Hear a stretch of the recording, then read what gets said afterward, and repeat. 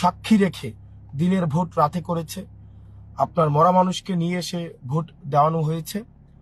আবার আমরা দেখেছি যে তাদের জন্য আলাদা বরাদ্দ রাখতে হতো, তাদের জন্য আলাদা টাকা রাখতে হতো। ভোটের আগের দিন রাতে আপনার এসপির জন্য টাকা রাখতে হতো, ওসির জন্য টাকা রাখতে হতো, এসআই এর জন্য টাকা রাখতে হতো, কনস্টেবলের জন্য টাকা রাখতে হতো। এই যে কাজগুলো আমাদের করতে হতো, বিগত আমরা 17 বছর এই প্রক্রিয়াগুলোর মধ্য দিয়ে গিয়েছি। এবার পুলিশ প্রশাসনের ভাইয়েরা আপনারা যারা আছেন, আপনাদের কাছে অনুরোধ থাকবে যে আপনাদের প্রতি মানুষের অনাস্থা তৈরি হয়েছে।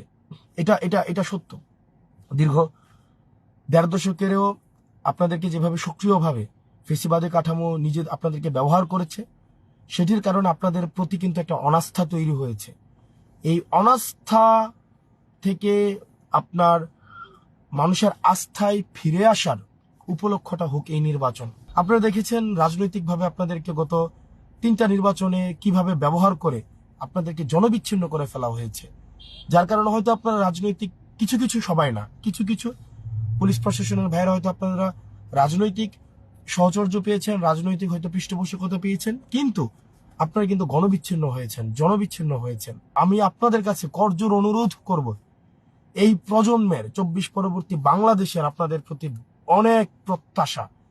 তারা দেখতে চায় যে পুলিশ প্রশাসন একটা সুষ্ঠু নিরপেক্ষ একটা নির্বাচন উপহার দিবে। তারা কোনো পক্ষ অবলম্বন করবে না।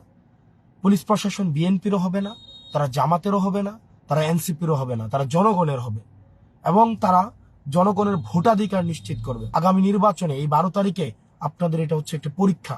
এটা রাজনীতিবিদদের যেমন পরীক্ষা, এটা কিন্তু আপনাদেরও একটা পরীক্ষা।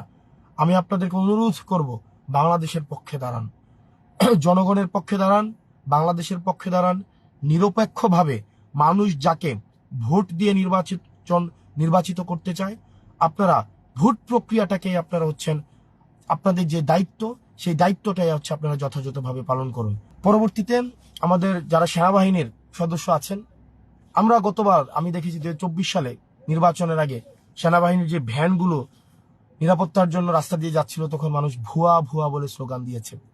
আমি ব্যক্তিগতভাবে যখন সেনাবাহিনীর মানুষের সাথে কথা বলি, কর্মকর্তা কর্মচারীদের সাথে কথা বলি, সৈনিকদের সাথে কথা বলি, অফিসারদের সাথে কথা বলি, আমি দেখেছি দেশের প্রতি তাদের যে আন্তরিকতা, প্রত্যেকটা মাটির প্রতি তাদের যে দায়বদ্ধতা, দেশের মানুষের প্রতি যে তাদের মমতা বোধ, যে দায়িত্ব বোধ, সেটি সবসময় আমাকে অনেক বেশি দেশের প্রতি আরো বেশি রেসপেক্টফুল করেছে, তাদের প্রতি আরো বেশি আমাকে রেসপেক্টফুল করেছে। সেই জায়গা থেকে সেনাবাহিনীর বেশ কিছু কতিপয় সদস্যরা এই ইনস্টিটিউশনের সম্মানটাকে নষ্ট করেছে। আপনারা সেনাবাহিনীর সদস্য যারা আছেন, আপনারা যেভাবে জুলাইয়ে বাংলাদেশের পক্ষে রাস্তায় নেমে এসেছিলেন, জনতার পক্ষে রাস্তায় ছিলেন, আমরা প্রত্যাশা করি এই নির্বাচনে আপনাদের যে ভূমিকা, সেই ভূমিকা আপনারা যথাযথভাবে আপনারা রাখবেন। প্রশাসন, পুলিশ, মিডিয়া এবং সেনাবাহিনী আপনারা যারা আছেন, আপনাদের প্রতি অনুরোধ থাকবে, আপনারা আবার নিরপেক্ষ ভূমিকা পালন করুন। এই 12 তারিখ কিন্তু শুধুমাত্র যে ভোটারদের পরীক্ষা, বিষয়টা এমন না। এই প্রতিষ্ঠানগুলোরও পরীক্ষা, আপনাদেরও পরীক্ষা, আপনারা কতটা মানুষের আস্থা অর্জন করেছেন সেটিরও পরীক্ষা। সেই জন্য আমরা প্রত্যাশা করি আপনারা গণবিরোধী অবস্থান নেবেন না, আপনি জনতার পক্ষে, গণমানুষের পক্ষে, বাংলাদেশের পক্ষে অবস্থান